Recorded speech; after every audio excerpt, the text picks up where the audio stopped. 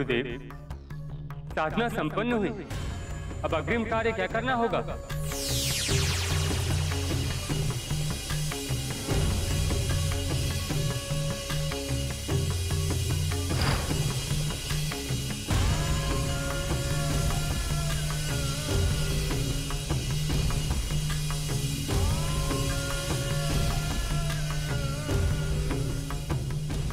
शक्ति प्रहार।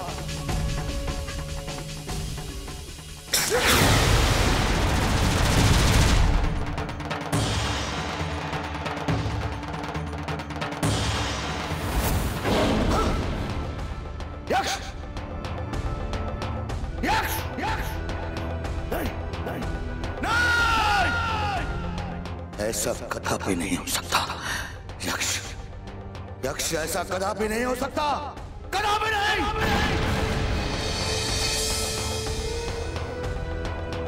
सिद्धि समाप्त होने के उपरांत तेरा ये शरीर उस शक्ति को संभालने योग्य हो गया होगा। ऐसा नहीं हो सकता। इस प्रकार मूर्ति को प्राप्त नहीं हो सकता, नहीं हो सकता। तू मृत्यु को प्राप्त नहीं हो सकता। तू नहीं, नहीं, ऐसा नहीं हो सकता। मेरा स्वप्न इस प्रकार टूट नहीं सकता।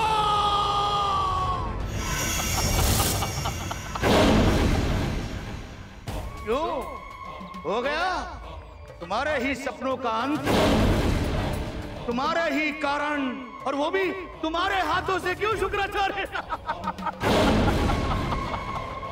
तू यहाँ क्यों आया है? और तू मेरे घावों पर नमक की वर्षा क्यों कर रहा है? हमारी तो सारी योजनाएं ही धराशायी हो गई शुक्राचार्य, वो भी तुम्हारे ही हाथों। अरे तुम्हारे शक्ति प्रहार को तुम्हारा ये यक्ष संभाल ही नहीं पाया, धराशायी हो गया, मृत्यु को प्राप्त हो गया। अब कैसे लोगे बदला? इन देवताओं से, जिनके कारण, जिसके वामन अवतार के कारण तुम्हारी दृष्टि गई।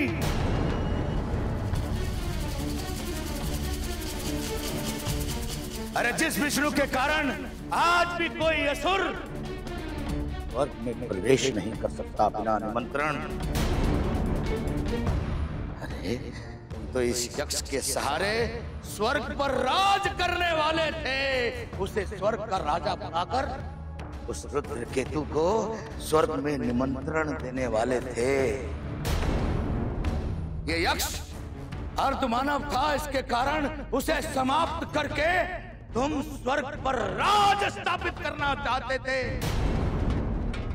अब कैसे होगा? अब कैसे होगा शुक्राचार्य?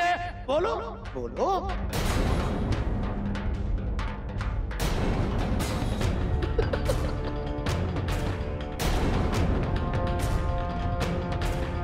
वही तो मैं भी सोच रहा हूं।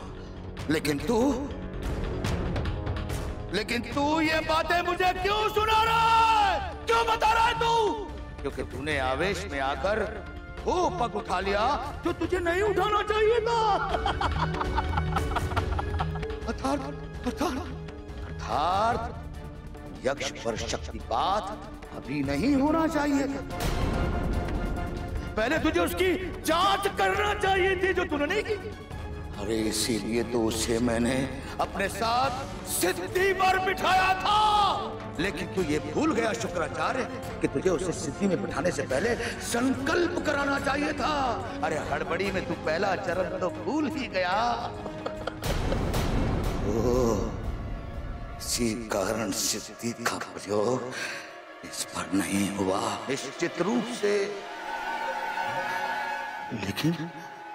लेकिन अब मैं क्या करूं? अरे मैं क्या जानूं? अरे मैं भी तो तेरा ही एक रूप हूं शुक्राचार्य। तू तो तंत्र का, मंत्र का, विद्या का बहुत बड़ा ज्ञानी है। अगर तुझे कोई मार्ग नहीं मिलता तो भूल जा शत्रुता को, भूल जा विष्णु के बैर को, भूल जा, शत्रुता स्वयं समाप्त हो जाएगी।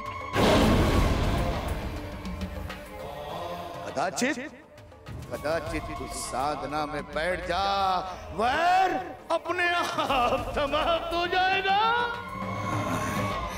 कदापि नहीं। जिस विष्णु के अपमान के कारण मैंने इन असुरों का गुरु बनना स्वीकार किया, उसी के समक्ष जाकर मैं अपनी नाक रगड़ूं?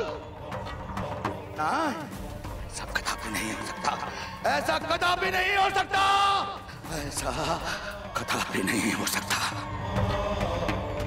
धिक्कार है मुझ पर। यदि ऐसा कभी विचार भी किया तो उस विष्णु ने 52 अवतार लेकर मेरी दृष्टि फोड़ी थी। मैं नहीं भूल सकता, नहीं भूल सकता। सोच शुक्राचार्य, सोच।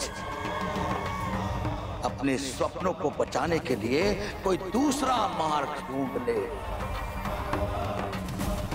ये जो तेरा मार्ग था वो समाप्त हो गया। इससे पहले कि तेरे पास कोई मार्ग समाप्त हो जाए, दूसरा मार्ग ढूंढ ले। तेरी योजना का तेरे सपन तो चूर चूर हो गए। अब कैसे करेगा तू अपने सपनों को साकार? नहीं, नहीं, नहीं। मैं बार पराजित नहीं हो सकता।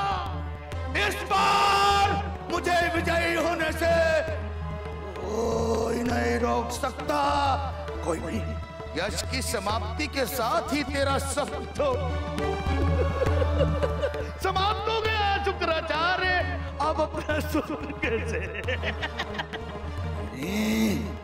मेरे स्वप्न कोई मोम नहीं कि इतनी सी आग से बिखर जाए। शुक्राचार्य के सपने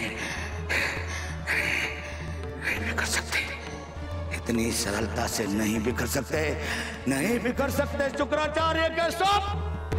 किंतु अब इसकी देह में तो प्राण ही नहीं रहे शुक्राचार्य। इसके पश्चात पशु इस यक्ष के शरीर को अपना भोजन बनाएंगे। हम स्वप्न कैसे पूरे होंगे तेरे शुक्राचार्य? कैसे स्वप्न? यक्ष की देह के साथ ऐसा नहीं होगा, मैं ऐसा होने भी नहीं दूंगा। अभी इसकी देह से इसके प्राण इतनी दूर नहीं गए कि शुक्राचार्य उन्हें ला ना सके। मुझे क्या करना है वो मैं करूंगा। तू जा, तू जा, तू जा, तू चला जा यहां से। यक्ष, यक्ष, यक्ष, यक्ष, यक्ष नहीं, तुम्हारी देह से तुम्हारे प्राण इतने दूर नहीं गए होंगे कि शुक्राचार्य उसे वापस न ला सके। आना होगा यक्ष, तुम्हें आना होगा, आना होगा तुम्हें, आना होगा, तुम्हें आना होगा।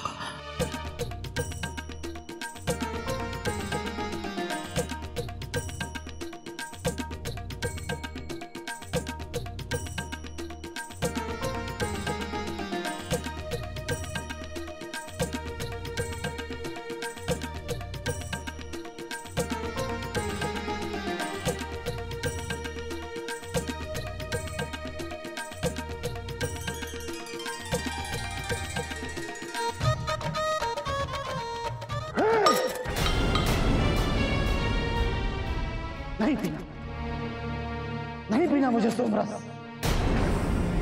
सब कुछ इस सोमरस की कारण नष्ट हो गया।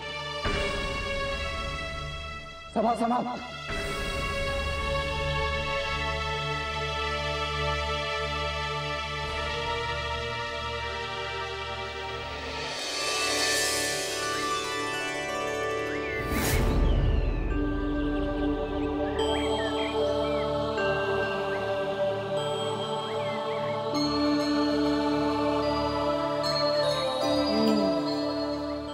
तो यही है नीलगिरी पर्वत का नीलवन।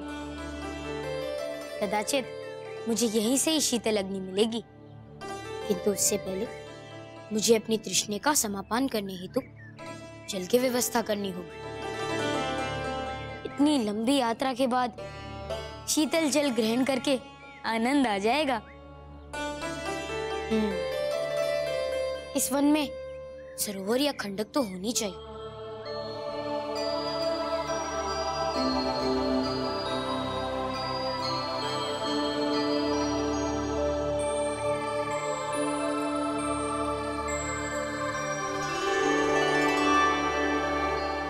जय श्री राम। सामने ही सरोवर। सर्वप्रथम मैं यहीं से जल ग्रहण कर लेता हूँ।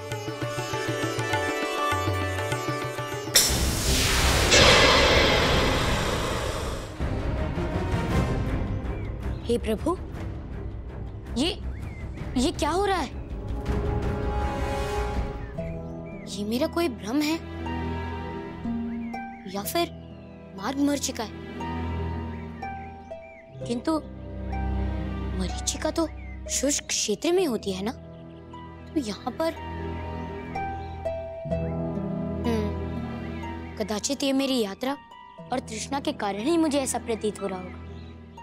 मुझे थोड़ा आगे चलकर देखना चाहिए।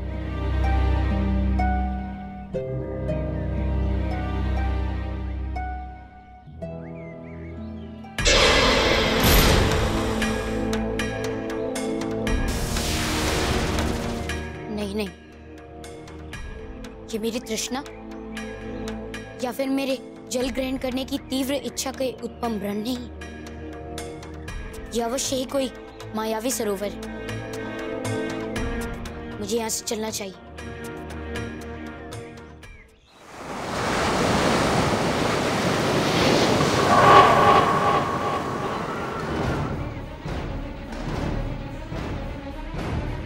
अरे, ये कैसा चमत्कार है?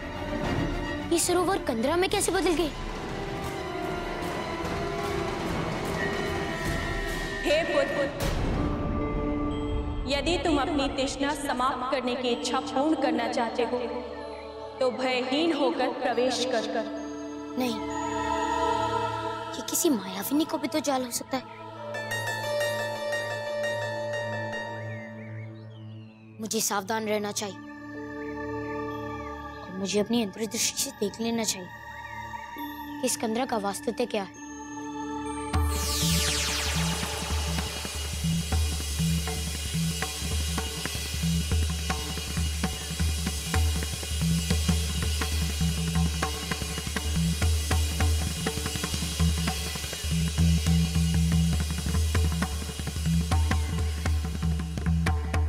तो कोई मायावी कंदरा है, क्योंकि इसमें से मुझे पवित्र शक्ति का भान हो रहा है। क्या सोच रहे हो पुत्र? क्या सोच रहे हो पुत्र? अंदर आओ। यदि तुम्हें अपनी इच्छा पूर्ण करनी है तो प्रवेश करो कंदरा में। किंतु माते, मैं आपके कथन पर कैसे विश्वास करूं? जैसे तुम्हारी इच्छा।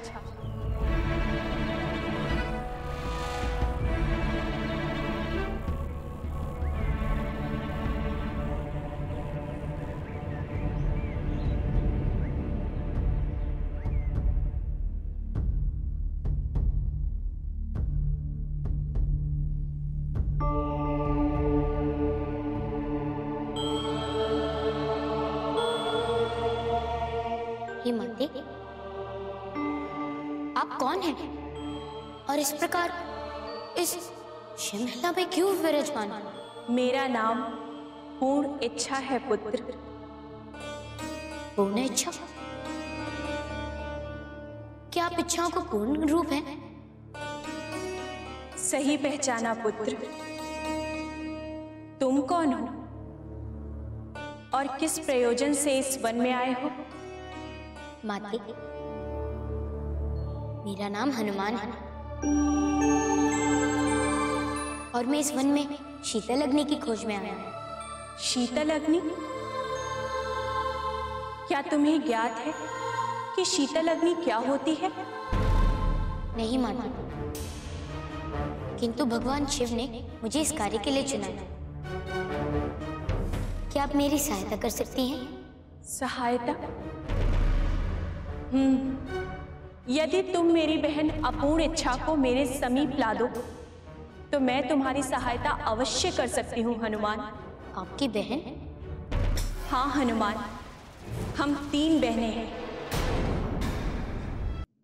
हाँ हनुमान, हम 3 बहनें हैं। पूर्ण इच्छा, अपूर्ण इच्छा और संतुष्टि। यदि तुम मेरी बहन अपूर्ण इच्छा को मेरे समीप ला दोगे तो मेरी बहन संतुष्टि तुम्हारी सहायता अवश्य करेगी। क्या अपूर्ण इच्छा जी को किसने बंधक बना रखा है माते?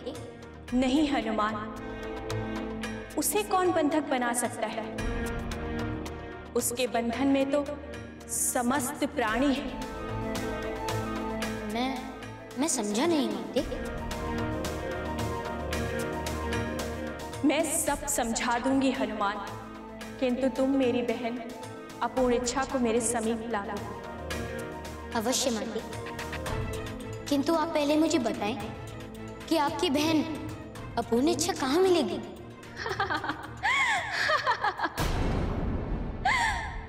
तुम अभी भी नहीं समझे हनुमान? मैं प्रकट रूप हूं इच्छा पूर्ति का, और वो प्रकट रूप है अपूर्ण इच्छाओं का। मन के एक छोटे से भाग में मैं हूं, और मन के सारे भाग में अपूर्ण इच्छा विराजमान है। सृष्टि के 79% में वो है और 10% स्थान मेरा है। 1% संतुष्टि का। आप जहां ढूंढेंगे अपूर्ण इच्छाएं मिलेंगी। आप इस कंदरा से बाहर जाएंगे तो आपको अपूर्ण इच्छा ही मिलेगी हनुमान। ठीक है माते, मैं अपूर्ण इच्छा जी को शीघ्र ही लेकर आता हूं। मुझे आज्ञा दीजिए। मनुष्वी भवा हनुमान। मुझे क्षमा करें प्रभु, मैं अपने किए पर लज्जित थी। आप ठीक कहते थे महादेव, कि एक राजा का कर्तव्य होता है अपनी प्रजा की देखरेख करना, उसके हर सुख दुख में उसका साथ देने। किंतु महादेव, मैंने ऐसा कुछ नहीं किया। प्रभु, मैं अपने रास रंग में इतना मुग्ध हो गया था कि मैं किसी की ओर ध्यान ही नहीं दे पाया। मेरे कारण एक स्त्री की अकारण मृत्यु हो गई प्रभु। मैं अपने किए पर लज्जित और गलानित हो तुम दे। मुझे क्षमा कर देवराज, आपने अपनी भूल स्वीकार की। यह एक सकारात्मक पग है, किंतु आपका पश्चाताप तभी पूर्ण होगा जब आप यक्ष से क्षमा मांगेंगे और उसकी एक इच्छा पूर्ण कर। हाँ प्रभु, मैं यक्ष से क्षमा अवश्य मांगूंगा और उन्हें एक वर भी प्रदान करूंगा। किंतु प्रभु, क्या आपने मुझे क्षमा कर दिया?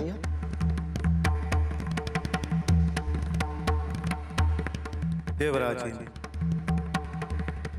यक्ष के क्षमादान के साथ आपको हमारी ओर से क्षमा मिल जाएगी। जो आज्ञा महादेव। मैं अभी यक्ष के समीप जाकर उनसे क्षमा मांग लेते हैं।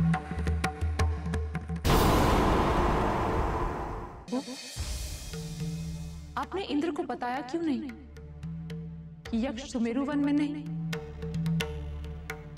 वो तो शुक्राचार्य के साथ किसी अलग ही आयाम के माया क्षेत्र में प्रवेश कर चुके हैं। देव,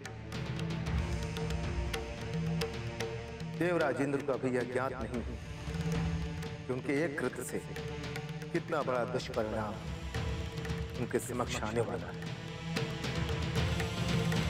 इस भटकन से उन्हें अपने कृत्य पर नियंत्रण रखने की सीख मिलेगी।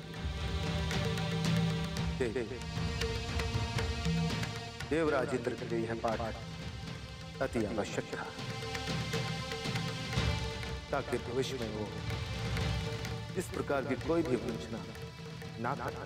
आप ठीक कहते हैं प्रभु, किंतु पृथ्वी को संकट में डालकर। देव, आप पृथ्वीवासियों की चिंता क्यों करती हैं? पृथ्वीवासियों के लिए, उनकी रक्षा के लिए हनुमान है। यक्ष, यक्ष जी,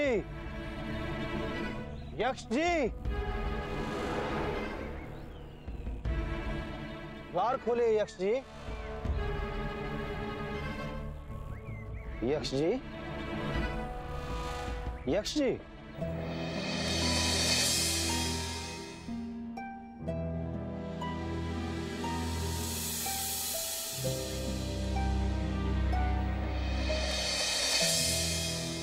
लगता है कहीं बाहर होंगे, मैं खोजता हूं उन्हें। यक्ष जी, यक्ष जी, मैं आपके द्वार पर आया हूं। आपका दोषी इंद्र कहां है? आप अपने कृत्य की क्षमा याचना करने आया हूं आपसे। कहां है आप यक्ष जी?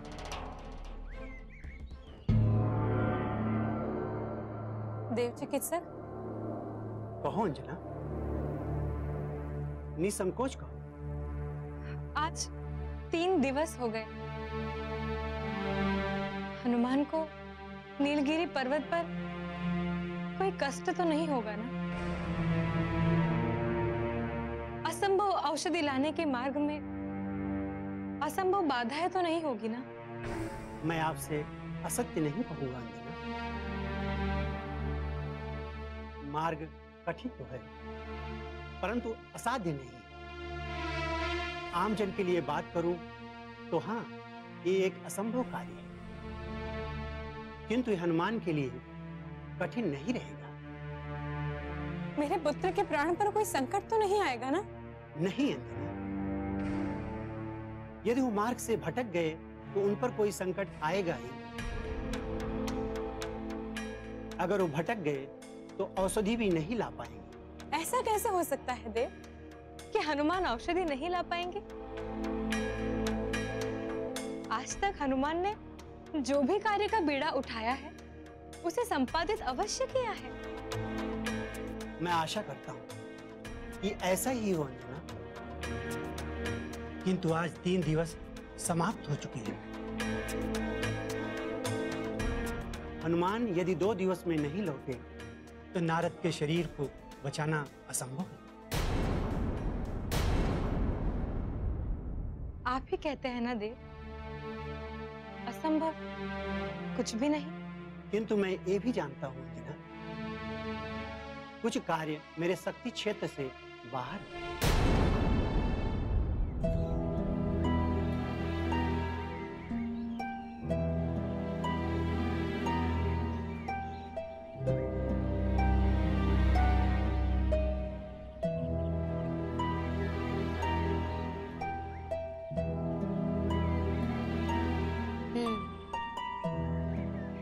पूर्णिच्छा जी के विषय में पूर्णिच्छा जी ने ये कहा था कि वह हर स्थान पर है।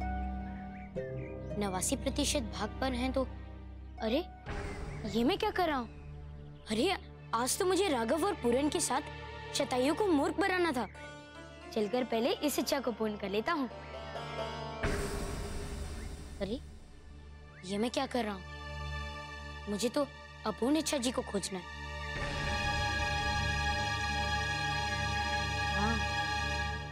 भीखू के घर से मटका उठाकर मंगतू के घर रखना। जब वो दोनों लड़ते हैं तो बहुत आनंद आता है। चलो उन दोनों की लड़ाई देखने चलता हूँ। नहीं नहीं, मुझे तो अपूर्ण इच्छा जी को खोजना है ना। ज्ञानचंद को भोजन बनाने सिखाना है, हिमू को चंदन व्यापार सिखाना है, माता को एक नवीन का हार बनवाना है, पिताश्री को मलयुद्ध में हराना है, साधिका दीदी से भेंट करनी है, छिपकर मदिरा व्यापार करने वालों को दंड भी तो देना है, गुरुदेव से गुरुत्वाकर्षण के कुछ रहस्य सीखने हैं, सुग्रीव से भेंट भी करनी है, ओए जटायु से भी तो भेंट करनी है, और देव पिता को उड़ान के नवीन आयाम भी तो दिखाने हैं। दीदी के घर से ज्ञानचंद को भोजन बनाना सिखाना है, हिमू को चंदन व्यापार सिखाना है, माता को एक नवीन का हार बनवाना है, पिताश्री को मलयुद्ध में हराना है, ओए जटायु से भी तो भेंट करनी है, और देव पिता को उड़ान के नवीन आयाम भी तो दिखाने हैं। कदाचित मैं सही मार्ग पर हूं।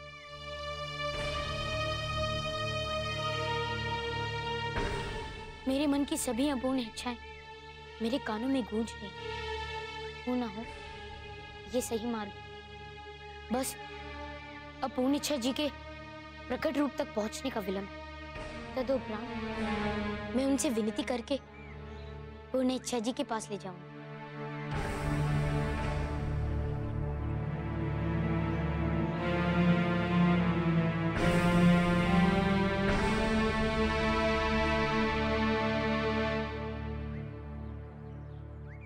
दीदी के घर से मटका उठा ज्ञानचंद को मंगतों के भोजन बनाना सिखाना है, मदिरा व्यापार का चंदन व्यापार भी तो देना है, जटायु से भी तो भेंट करनी है, और देव पिता को उड़ान के नवीन आयाम भी तो दिखाने हैं, करने वालों को दंड भी तो देना है। शांत हो जाओ, शांत हो जाओ, मेरी इच्छाएं शांत हो जाओ, सभी को पूर्ण करूंगा, किंतु अभी एक अवश्य कार्य करना है, साधिका दीदी से भेंट करनी है।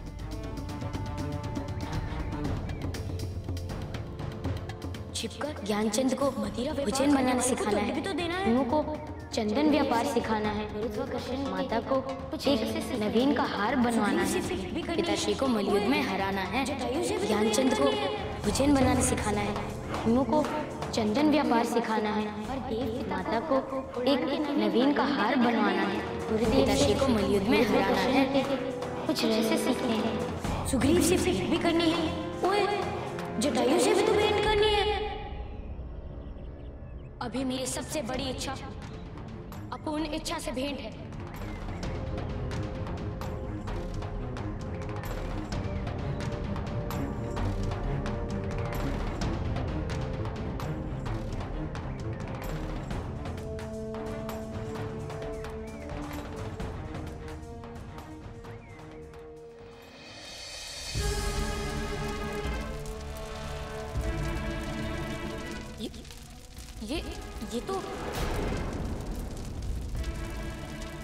ये तो पूर्ण इच्छा जी। नहीं, अवश्य ये उनकी बहन अपूर्ण इच्छा जी ही होंगी। माते,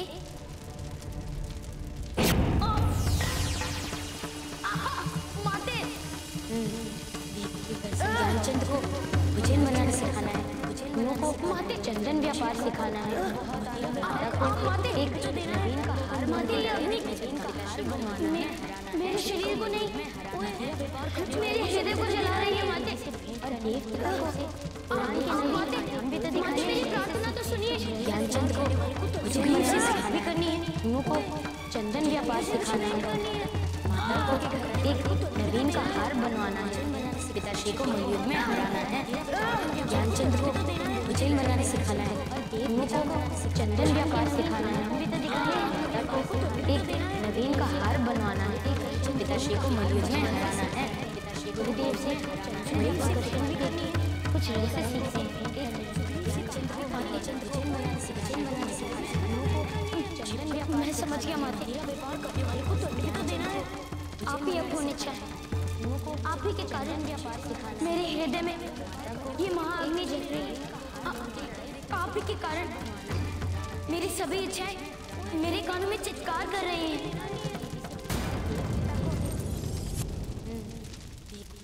लौट जा बालक और अपने जीवन को उसी प्रकार सुचारू रूप से जी जिस प्रकार वो आज तक चला आ रहा था। नहीं माँ, इतना सरल नहीं। मैं एक नियोग पर और जब तक मुझे उसे पूर्ण करने का मार्ग नहीं मिल जाता मैं कहीं नहीं जाऊंगा।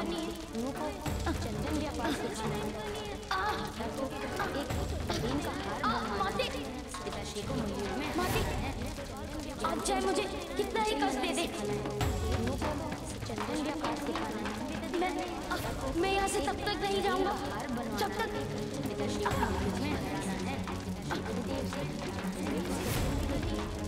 उसके लिए तुझे शांत होना पड़ेगा बालक, और ये संभव नहीं।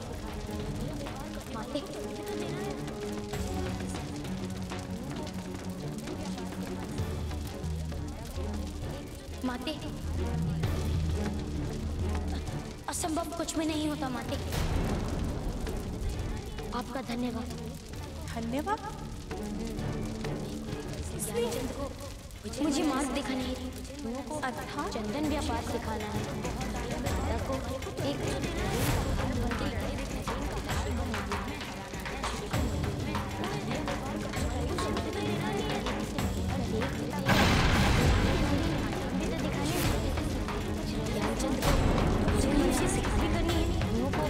चंदन व्यापार सिखाना है, एक नवीन का हार बनवाना है, पिताश्री को मलयुग में हराना है। अब मैंने अपने मन पर अधिपत्य कर लिया है। अब मुझे मेरी कोई भी इच्छा नहीं सता सकती। माते, मैंने अपने मन पर विजय प्राप्त कर ली। अब मेरी आज्ञा के विरुद्ध मेरी कोई भी इच्छा मुझे सता नहीं सकती। अस्तु, मेरा आपसे निवेदन है कि आप अपनी ये अग्नि मेरे शरीर से हटा लीजिए, क्योंकि इस अग्नि का प्रभाव मेरे हृदय पर नहीं हो रहा। क्योंकि इस अग्नि का प्रभाव मेरे हृदय पर नहीं हो रहा।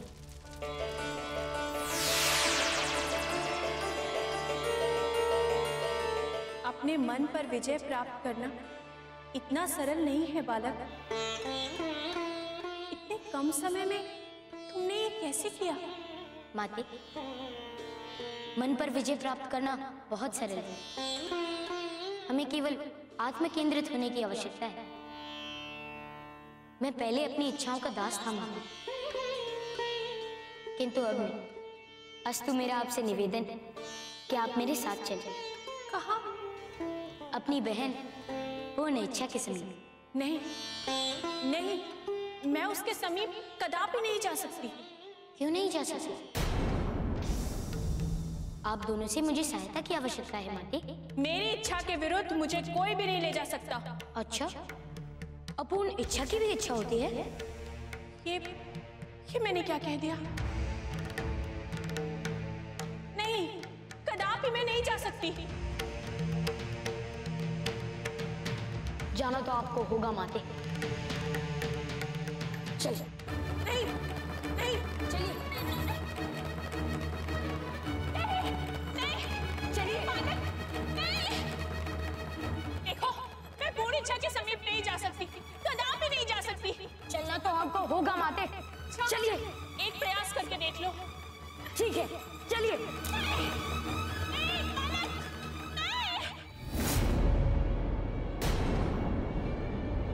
लीजिए माते, मैं आपकी बहन को आपके समीप लेकर आ गया।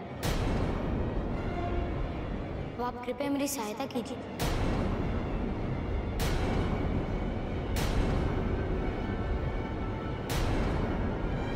माते, आप कुछ बोल क्यों नहीं रही? कुछ बोलिए माते। ये तब तक नहीं बोल सकती हनुमान जब तक मैं बोल पा रही। अब ये तुम निर्णय करो हनुमान कि तुम्हें किससे वार्ता करनी है। अपूर्ण इच्छा जी, आप मुझे इस प्रकार मत सताइए। मैं एक व्रत कार्य से निकला हूँ। और उस कार्य के साधन मार्ग में तुमने मुझे अपनी बातों की उलझन में उलझाकर अपनी शक्ति से बंदी बना लिया है। ये मत भूलो कि तुम्हें कोई शीतल अग्नि प्राप्त करा सकता है तो वो मैं एकमात्र। माते, मैंने तो आपको शीतल अग्नि के विषय में नहीं बताया, यही ना हनुमान? किंतु कदाचित तुम भूल गए कि वो भी तो तुम्हारे अंतर मन की एक अपूर्ण इच्छा ही है, किंतु है तो वो मेरा ही एक रूप।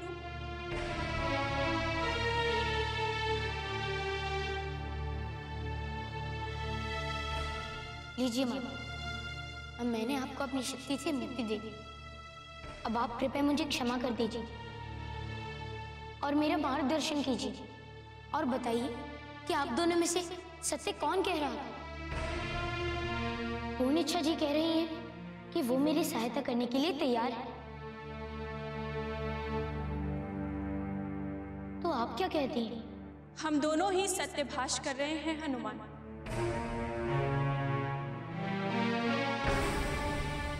तो फिर संतुष्टि जी क्यों नहीं प्रकट हुई? जब मैं स्वयं पूर्ण इच्छा से भेंट करने के लिए आती हूँ तभी संतुष्टि प्रकट होती है हनुमान, अन्यथा नहीं। और शीतल अग्नि भी संतुष्टि के सन्निकट ही होती है। माते, कृपया मेरी सहायता करें, इस प्रकार हट ना कीजिए। मैं प्रभु शिव के कार्य निकला हूँ। शिव जी के कार्य से? हाँ माते, नारद जी हलाल के प्रभाव में आ गए और यदि समय रहते उन तक औषधि नहीं पहुंचाई गई तो हलाल के प्रभाव से नारद जी गलकर समाप्त हो जाएंगे। हाँ, अब मुझे तुम्हारी सबसे प्रमुख अपूर्ण इच्छा का आभास हो रहा है। तो ये है तुम्हारी प्रमुख अपूर्ण इच्छा, नारद जी को चेतना में लौटाना, ताकि वो चंद्रदेव को मूर्छा से चेतना में लौटाने वाली शक्ति का प्रयोग कर सके। हाँ माते। तो ठीक है हनुमान, यदि ये तुम्हारी इतनी प्रबल इच्छा है तो इस इच्छा को पूर्ण करने के लिए तुम कितने मनोयोग से प्रयास कर सकते हो? माते, आपको बंदी बना लेना, अपनी सभी इच्छाओं को क्षमन कर देना, क्या इसी बात का प्रमाण नहीं कि मैं नारद जी के औषधि के लिए कितने मनोयोग से प्रयासशील हूँ? किंतु हनुमान, ये इच्छा तुम्हारी तभी पूर्ण हो सकती है जब मैं स्वयं पूर्ण इच्छा से मिलूं। और मैं पूर्ण इच्छा से तब मिलती हूँ जब किसी की इच्छा पूर्ण हो जाती है। मुझे उस पूर्ण इच्छा को अपने समीप रखने का अधिकार नहीं, इसीलिए जब कोई इच्छा पूर्ण होती है तो मुझे लाकर पूर्ण इच्छा को देना होता है। जब हम दोनों के हाथ एक दूसरे से छूते हैं तो क्षण भर के लिए संतुष्टि पैदा होती है। तभी किसी इच्छा के पूर्ण होने पर कुछ क्षण भर के लिए हमें संतुष्टि का आभास होता है और फिर कुछ ही क्षण बाद हमें कई नवीन इच्छाएं घेर लेती हैं। और यही कारण है कि मैं सदैव पूर्ण इच्छा के समीप नहीं रह पाती, क्योंकि इस संसार में सभी जीव की इच्छाएं पूर्ण कभी नहीं होती। मैं समझ गया माते, किंतु माते, मैं संतुष्टि जी से कैसे भेंट कर सकता हूँ? आपको अपनी कोई एक इच्छा हमारे सामने ही पूर्ण करनी है, और जब संतुष्टि प्रकट हो तो आप उससे अपना निवेदन कर सकते हैं। ठीक है माते, मुझे आज्ञा दीजिए।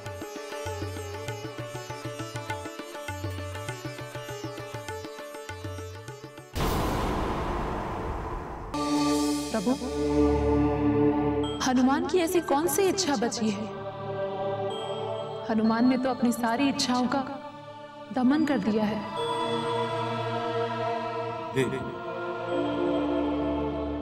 इच्छाएं स्वयं नहीं होती, यह तो भ्रम है जो मनुष्य को भटकाता है। हनुमान ने चाहे अपनी सारी इच्छाओं को दमन कर लिया, किंतु एक इच्छा शेष है जिसकी उन्हें आवश्यकता भी। आवश्यकता और इच्छा दोनों? हाँ दीदी, जल ग्रहण करने की इच्छा जो कि उनकी आवश्यकता थी। प्रणाम प्रभु।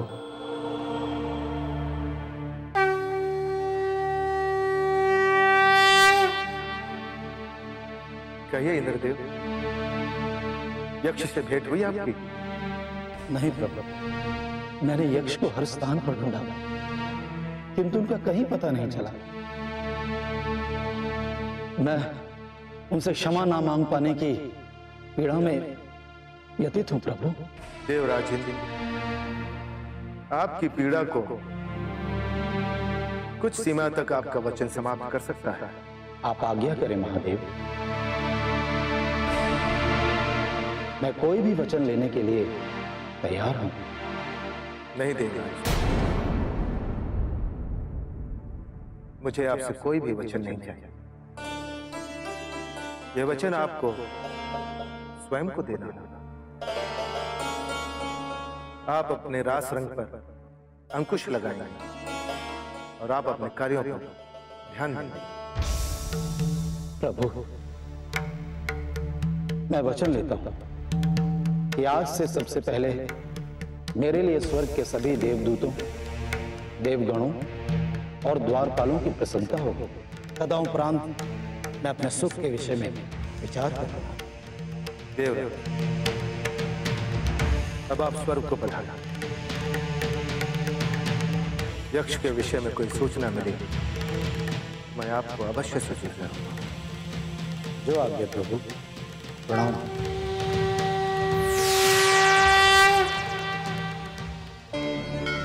प्रभु, आप इंद्रदेव को हनुमान की सहायता हेतु क्यों नहीं भेज देते? इससे उन्हें भी थोड़ी संतुष्टि होगी। देव,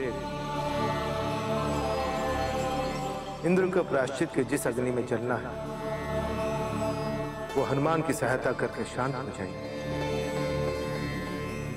और भला हनुमान को किसकी सहायता की आवश्यकता है? वह हर समस्या का समाधान स्वयं निकालना जानते हैं। देवी, आप स्वयं देख लीजिए।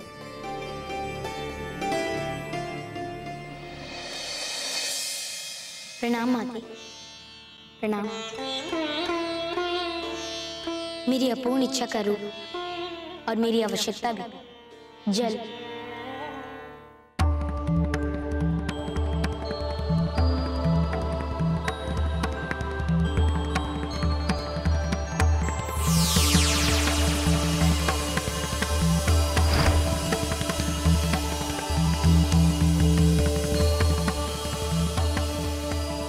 देखो हनुमान, ये है तुम्हारी इच्छा के पूर्ण होने पर मिलने वाला फल।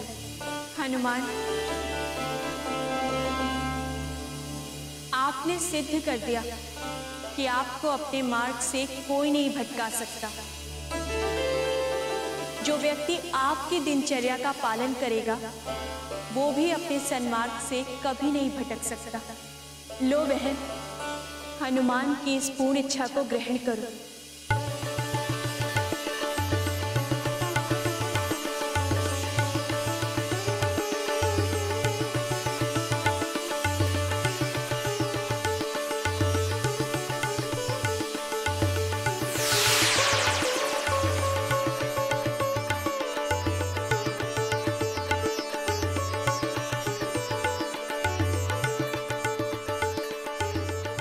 प्रणाम माते।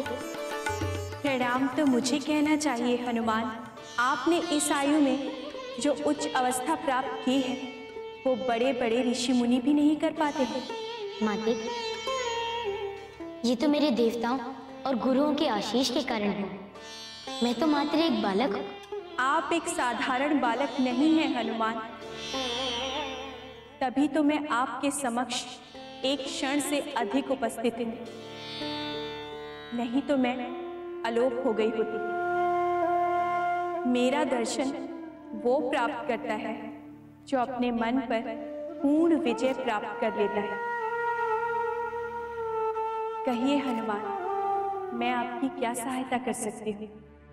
माते, आप तो जानती ही होंगी कि मैं किस प्रयोजन से यहाँ आया। यदि मुझे शीतल अग्नि तक पहुँचने का मार्ग मिल जाता तो। हनुमान, मेरे चरणों के नीचे जो आप देख रहे हैं, इसे शीतल अग्नि ही कहते हैं।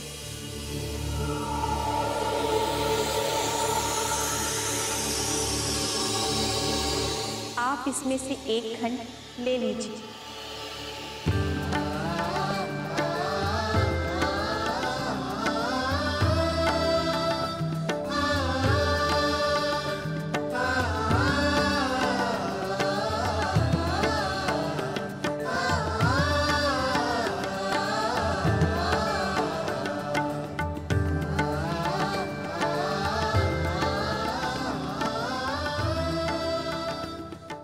धन्यवाद माते। देव चिकित्सक धन्वंतरी भगवान ने मुझे नारद जी के उपचार के लिए ये शीतल अग्नि लाने का आदेश दिया था। अब मैं चलता हूँ। प्रणाम माता। हनुमान, क्या आपको धन्वंतरी ने ये नहीं बताया कि ये शीतल अग्नि अपने पूरक तत्व तप्तहिम के बिना प्रयोग में नहीं लाई जा सकती? क्या अर्थात माते कि ये शीतल अग्नि मेरे पास होते हुए भी मेरा प्रयोजन सिद्ध नहीं कर सकती? नारद जी तो। चिंतित ना हो हनुमान। माते, चिंतित कैसे ना हो? 3 दिवस बीत चुके हैं और मैं अब तक उसी स्थान पे हूँ जहां से मैं चला था। किंतु अभी 3 दिवस और हैं। आप ये पूरक तत्व तप्तहिम प्राप्त कर सकते हैं। तो माते, कृपया आप मुझे तप्तहिम प्राप्त करने का मार्ग बताइए। यहाँ से 80 योजन दूर कालागिरी पर्वत आरंभ होता है। वहां पर आपको तप्तहिम प्राप्त हो जाएगा। ठीक है माते, मैं बिना क्षण गवाए कालागिरी पहुंचता हूँ। मुझे आज्ञा दीजिए माते। आयुष्मान भव हनुमान।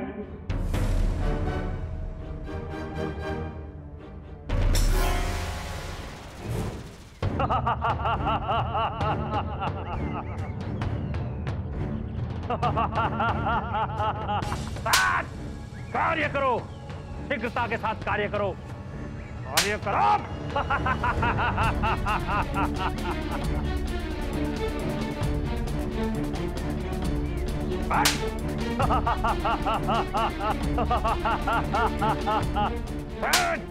कार्य करो शीघ्रता से।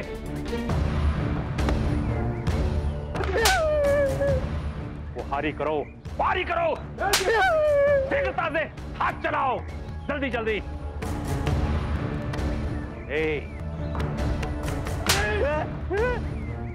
तुम यहां नीचे क्यों बैठे हैं? ग्रास कौन काटेगा? कौन काटेगा ग्रास? कौन काटेगा? वो मैं हसिया में धार लगा रहा था। जल्दी जल्दी से हाथ बढ़ा, अन्यथा मैं तेरी जीवन की डोर काट दूंगा, समझा? प्रधान जी, आज हमारा पुत्र बहुत कष्ट में है, हमें जाने दीजिए ताकि मैं उसका उपचार कर सकूं। मार्ग के सभी पत्थर हटाए बिना तुम यहां से नहीं जा सकती। और सुन लो सब लोग, कार्य की समाप्ति के पश्चात ही कोई यहां से हटेगा, समझे? कार्य करो आप शीघ्रता के साथ।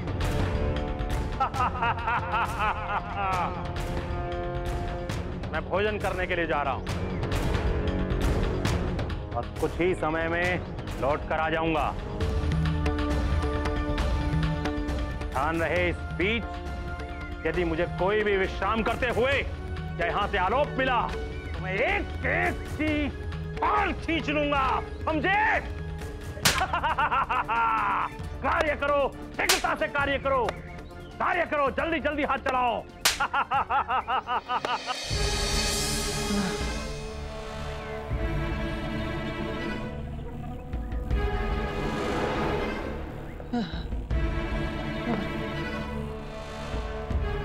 हे प्रभु, ये व्यक्ति कितने कृशकाय, किंतु इस प्रकार इस वन में क्यों भटक रहे हैं?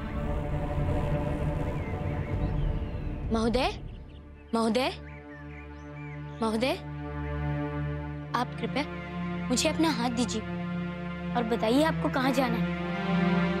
मैं वहां तक आपको पहुंचा देता हूँ। धन्यवाद पुत्र, मुझे मेरे कुटीर तक पहुंचा दीजिए। बहुत ही बली बालक हो तुम। क्या नाम है तुम्हारा? महोदय, मेरा नाम हनुमान है। किंतु आप इस वन में क्यों भटक रहे हैं? क्या आपका इस संसार में कोई नहीं है? है पुत्र, मेरा एक भाई है, इसी ग्राम का प्रधान है। क्या वो प्रधान है और आप इस प्रकार इस जंगल में भटक रहे हैं? क्या बताऊं पुत्र,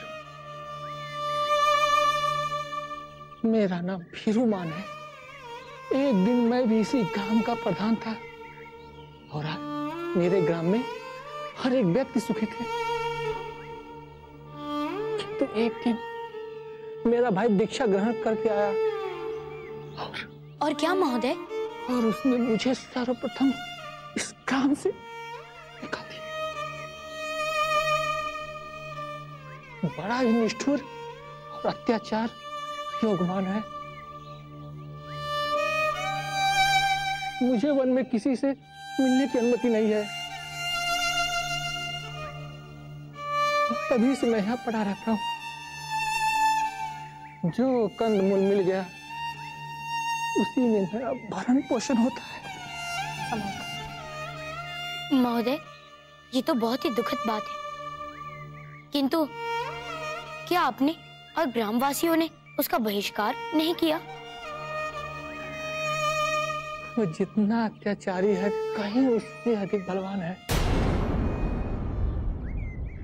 वो जितना अत्याचारी है कहीं उससे अधिक बलवान है।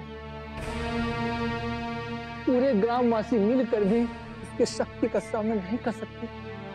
मेरी विनती, मेरी याचना, मेरे अश्रु का उस दुष्ट पर कोई प्रभाव नहीं पड़ा। देखिए, आप रोइए मत। महोदय, आप तो बहुत ही सौम्य और सबका ध्यान रखने वाले व्यक्ति रखते हैं, किंतु आपका भाई ऐसा कैसे? मुझे कुछ पता नहीं हनुमान, किंतु वो तो बालपन से ही दुष्ट था और अब और दुष्ट हो गया है। किंतु तुम शक्तिशाली हो हनुमान। यदि तुम उसके आतंक से इस ग्रामवासियों को मुक्ति दिला दो तो आपका बहुत बड़ा उपकार होगा हनुमान। अवश्य महोदय, अवश्य। मैं आपकी सहायता अवश्य करूंगा। इस ग्राम पे मैं आपका राज्य पुनर्स्थापित करूंगा। मुझे आप पे यही अपेक्षा थी हनुमान। जाइए उस दुष्ट का सर्वनाश कर दीजिए, मुक्ति दिला दीजिए उसके अत्याचार से इस ग्राम को, और मुझे मेरे भाई के जीवन से। अवश्य महोदय, मैं आपकी सहायता अवश्य करूंगा, किंतु तब तक आप अपनी कुटी में मेरी प्रतीक्षा कीजिए। मैं शीघ्र ही शुभ समाचार के साथ लौटूंगा। आइए, संभालिए।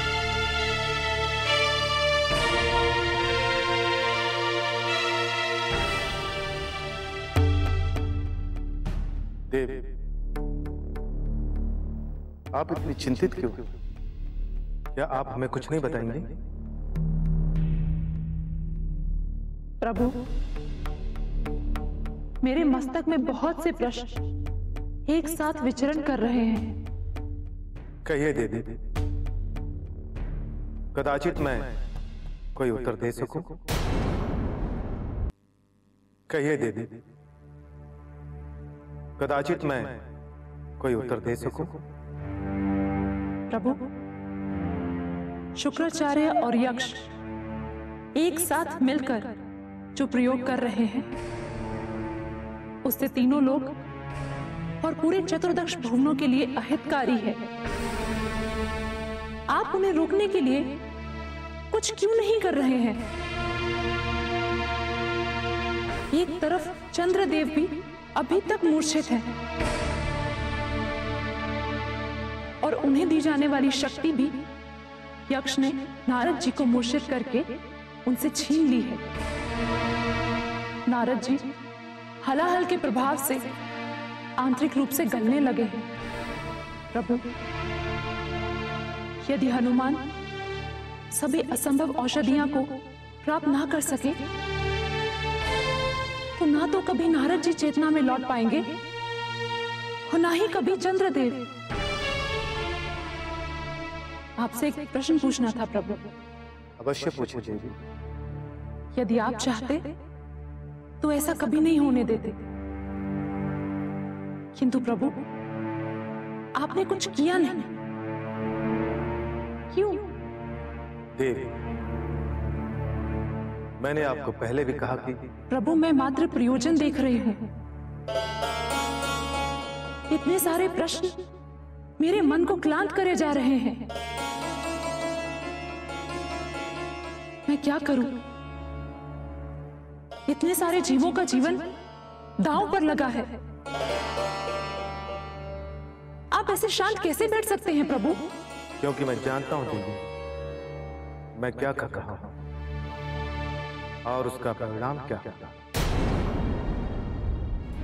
और मेरा विश्वास करिए देवी, ये सभी के हित में है। भले ही आपको आज ये सारे कार्य दुखद प्रतीत हो रहे हैं, किंतु इसका जो परिणाम आएगा वो केवल वर्तमान के लिए ही नहीं बल्कि भविष्य में भी सुख कारक होगा। इसलिए देवी कृपया अपने मन को शांत करें और मुझ पर विश्वास रखें। प्रभु, आप पर विश्वास तो एक क्षण के लिए भी नहीं चुका है। देवी, फिर भी आपका मन इतना उत्तेजित क्यों? मुझे क्षमा करें प्रभु, हम भावनाओं में बह गए। देवी, भावनाएं ही मनुष्य को मनुष्य बनाती। भावनाएं होना शुभ होता है, किंतु अपने विवेक को स्वयं से कभी दूर नहीं करना चाहिए। जी प्रभु, मैं विवेक अवश्य रखूंगी।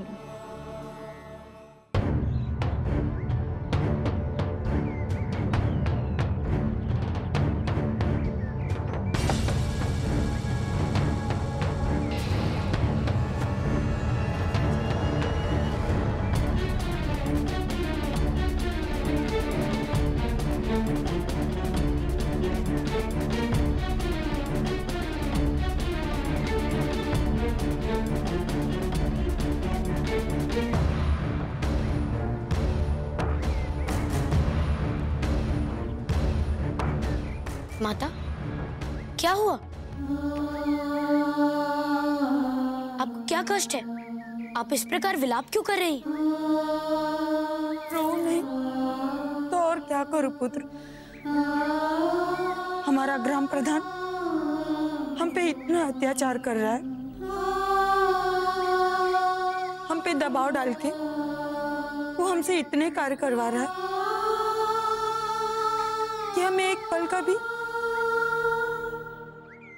का भी आराम नहीं दे रहा।